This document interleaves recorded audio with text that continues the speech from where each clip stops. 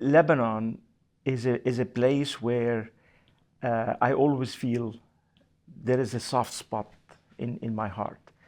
Uh, Despite the fact that I was growing up in a what was perceived as an unstable civil war. So I remember one time uh, that there was a shelling all over. I was at school.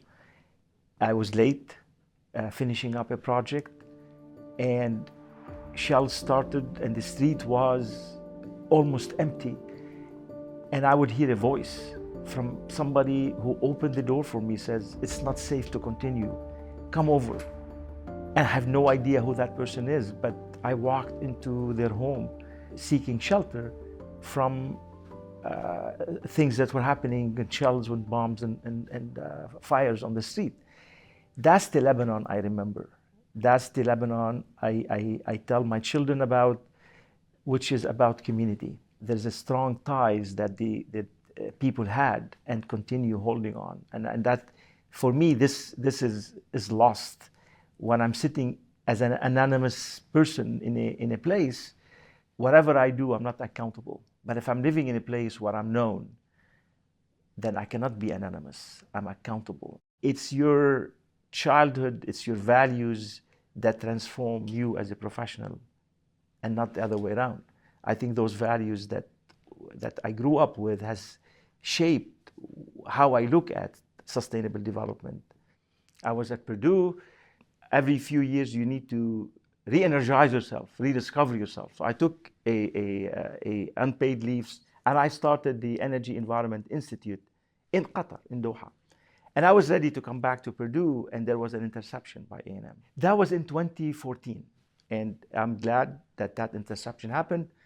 And I was hired as a presidential hire to look into the water, energy, food system, that big system.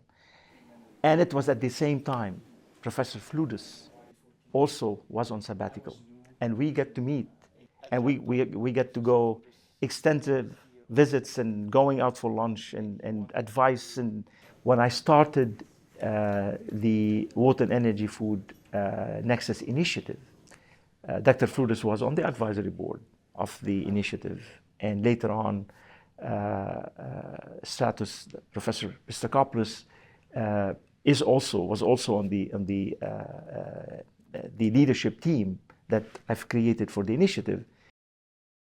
Our biggest challenges today as a society is how do we transform the biggest machine we have, which is the food and agriculture system that uses 2/3 of our water globally, that uses 30% of our energy, that has the biggest implication on methane emission, on carbon emission.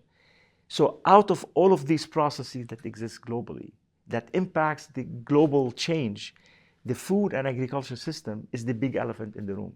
How do I transform it? Soil is the foundation of that, where if I can reduce my water footprint, I can reduce my pumping requirement, my carbon footprint. We are now building several proposals on soil as a foundation to sustainable development, where soil is in fact, the catalyst between food system, water system, energy system, and biodiversity.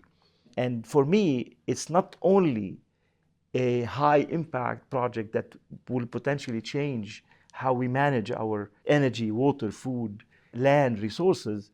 It's also a spiritual journey where you need to respect the natural order that exists in nature.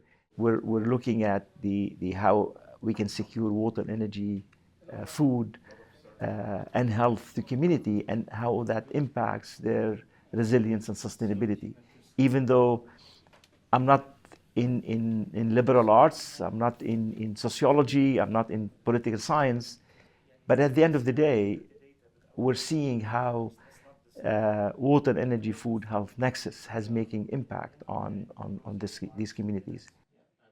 I'm very most appreciative of the relationship with the Energy Institute and with the leadership. And we have several ongoing projects, and many of the members of the team at the time are now core members of the Institute.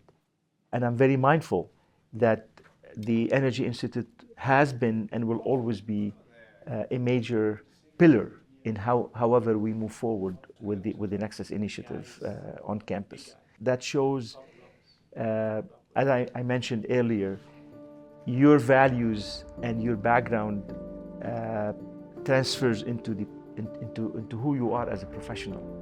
So the values of the Institute is also the footprint of the leadership and how the leadership sees those opportunities.